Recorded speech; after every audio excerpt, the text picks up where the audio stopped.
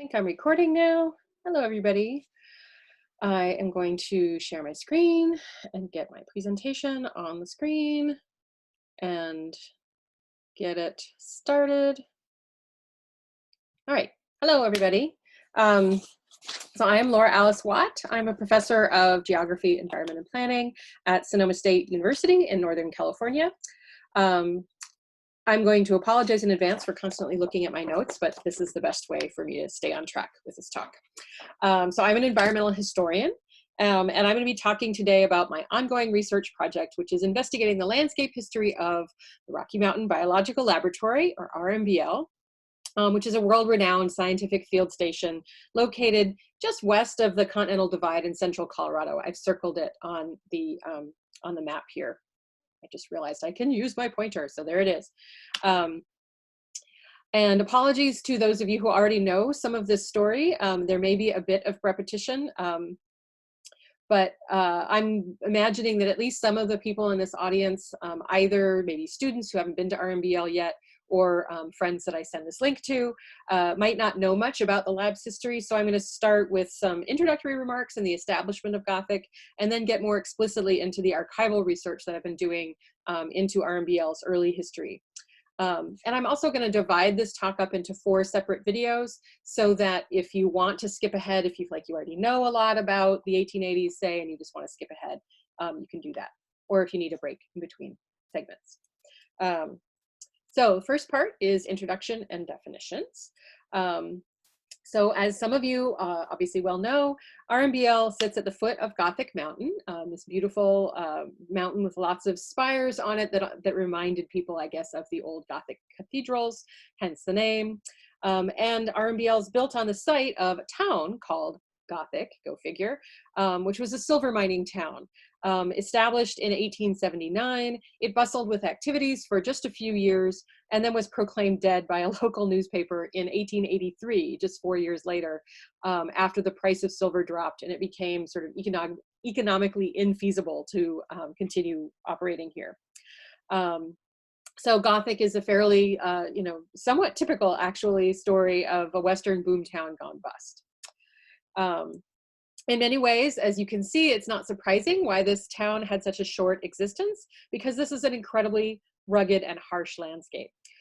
This photo from roughly 1881 is of Copper Lake, with East Maroon Pass in the back here.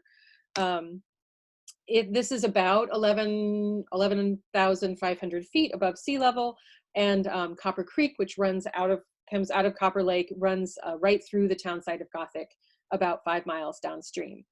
So as you can see, high mountains surround the region pretty much on all sides. The elevations varying from 10,000 feet up to 14,000 feet can make the area very difficult to enter, much less to live there year round. The Continental Divide also effectively cuts the region off from Denver and its sort of associated metropolitan area to the east. Winter snow can start as early as September, can fall in amounts higher than 400 inches a year or even more, and can melt out as late as June, and honestly can fall almost any time of the year. So it's a very snowy place. In addition to being sort of interesting from an academic perspective for me, it's also interesting for personal reasons, because this is where I spent all of my childhood summers. So I'm the little person in the red sweater on the left side of my mom, and my sister's on the right. My parents actually, we not only spent our summers here, but my parents actually met here. In 1962, the photo's from 74, but they met in 1962 when mom was taking a botany class and dad was starting his graduate research as biologist. So I truly would not exist if it was not for this place. And every summer of my childhood, from the age of 2 until about 14. After that, I stayed some half summers. I spent here going for hikes, rambling around the valley with my sister and a bunch of other kids. Not that many of us, but there were a good concentration here. All kids of other professors doing research at RMBL.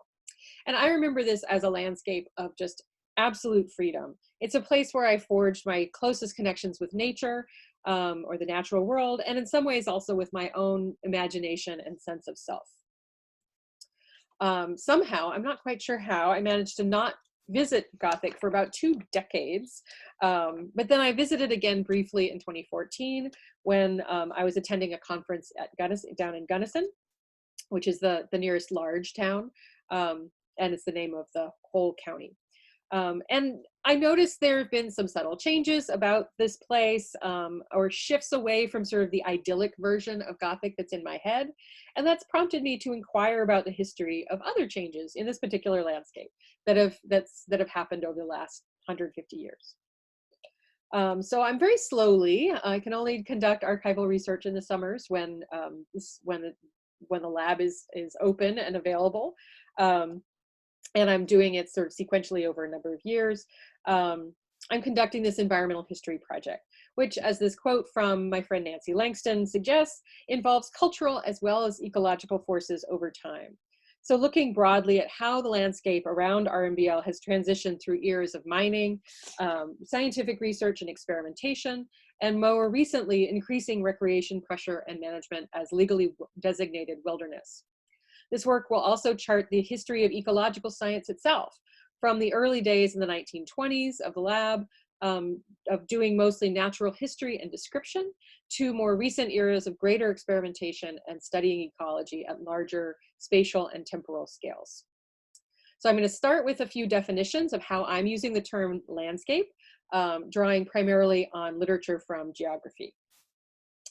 In an essay by Donald Meinig on how humans view and interact with landscapes, he wrote, "Any landscape is composed not only of what lies before our eyes, but also what lies within our heads." So people bring their own different values or interests to the experience of any given landscape. Sort of seeing it through different lenses, almost like different camera lenses, and resulting in contrasting perceptions of what is actually there or how it might be used. So an example would be a Civil War battlefield is going to look and feel different to someone from, say, the northern part of the US versus the southern part, and might look entirely different or feel different, again, to someone who isn't even from the US, and so doesn't have that same sense of the rift that kind of place represents in our culture. And so landscapes are not only subject to differing perceptions, they're also described by Paul Groth as resulting from the interaction of people in place. So, you know, people live in a given area, they're limited by the local environment, the local the climate, whatever sort of characteristics the place has, limits what people can do. For instance, you know, Gothic, it's very hard to grow a vegetable garden because the growing season is so incredibly short. It doesn't get hot enough for some things. So the environment limits what people can do, but then people with their own sort of ideas and values and the ways in which they use a given place are going to shape that place over time. Maybe they build some buildings, or they plow a field, or, you know, etc. They're going to change the way that that landscape looks over time. And that in turn shapes the natural environment. And so there's this iterative process, this interaction between people in place that eventually produces the landscape that you see and experience at any given time. Landscapes therefore become, as Pierce Lewis describes them, our unwitting autobiographies. We're writing our own story in the landscape, without realizing it and without intending to. If you then visit a landscape where people have been living for some period of time, you can look for clues about what those values and land uses have been by looking at the landscape itself. So it becomes sort of overwritten with our stories. Sometimes you hear people talk about natural landscapes versus cultural landscapes. I argue that all landscapes include both. It's not an either or. The densest cities still have trees and birds and the local climate and so forth. And the most remote wilderness is still affected by climate change or by historic land uses by indigenous peoples, or, you know, etc. And also then, because both ecosystems and cultural systems are themselves dynamic, landscapes are always dynamic. They're always changing and shifting in response to both shifting natural and cultural forces. Okay, so getting back to Gothic, the landscape of RMBL reveals an overall shift in how the surrounding mountains and ecosystems have been viewed by people living in or using the area over the last century or 140 years, really. And by the way, I should add that some of these very old photos of Gothic were scanned by someone with a company name called Colorado Artifactual. I really appreciate being able to download these watermarked images and use them, especially for these pairs where the view is the same, but the photo taken at different times. All of the photos that are from the 1970s were taken by my mom. So thanks, Mom, for letting me use your slides. Okay, so landscape of RMBL. This is the town site of Gothic looking north towards Bellevue Mountain. This landscape reveals an overall shift in how, like I said, the mountains and ecosystems have been viewed by people living in the area over time. The resources that were considered valuable or desirable have changed from minerals in the 1880s to ecosystems now. From considering a landscape as a source of wealth or income to being a source of information or knowledge, or a source of recreation for tourists that come to this area. And with that shift of what's valuable, of what's sort of the significance of this place, we also see a shift in terms of how or where those resources are considered valuable. When this is looking south through Gothic, looking down south towards Crested Butte Mountain. The minerals of interest in the 1870s and 80s was mostly silver, but also copper and lead and coal in this area. Those minerals had to be extracted and moved to have any value. They're not valuable unless you can get them to market. And in fact, the difficulty of that process of extracting them and getting them out of the region, not just getting them out of the ground, but getting them out of Gothic and out to markets. That process, the difficulty of that process led to the demise of many small boom towns, including Gothic, which, like I said, was declared dead only 4 years after it started. In contrast, the resources that are sought out by RMBL scientists, which is sort of a wild and relatively undisturbed ecosystems in which to do ecological or other biological research, those resources are valued in place, sort of in situ, both for research and for educating students, and they are enhanced by their isolation high in the Rockies, whereas the minerals were, the silver is still there that was being mined in the 1880s, at least some of it is, but it's so expensive to extract that people stopped. That didn't make any sense, but you know what I mean. Okay. So these different lenses through which the region can be understood have resulted in entirely separate relationships of the people to the environment in which they live. They also represent changing relationships of the resource control in the area. In general, the Intermountain West has been characterized as a region in which many of its landscapes and much of its economic and political geography have been created from a distance. The early history of this region shows the importance of decisions made from afar in shaping or directing resource management decisions.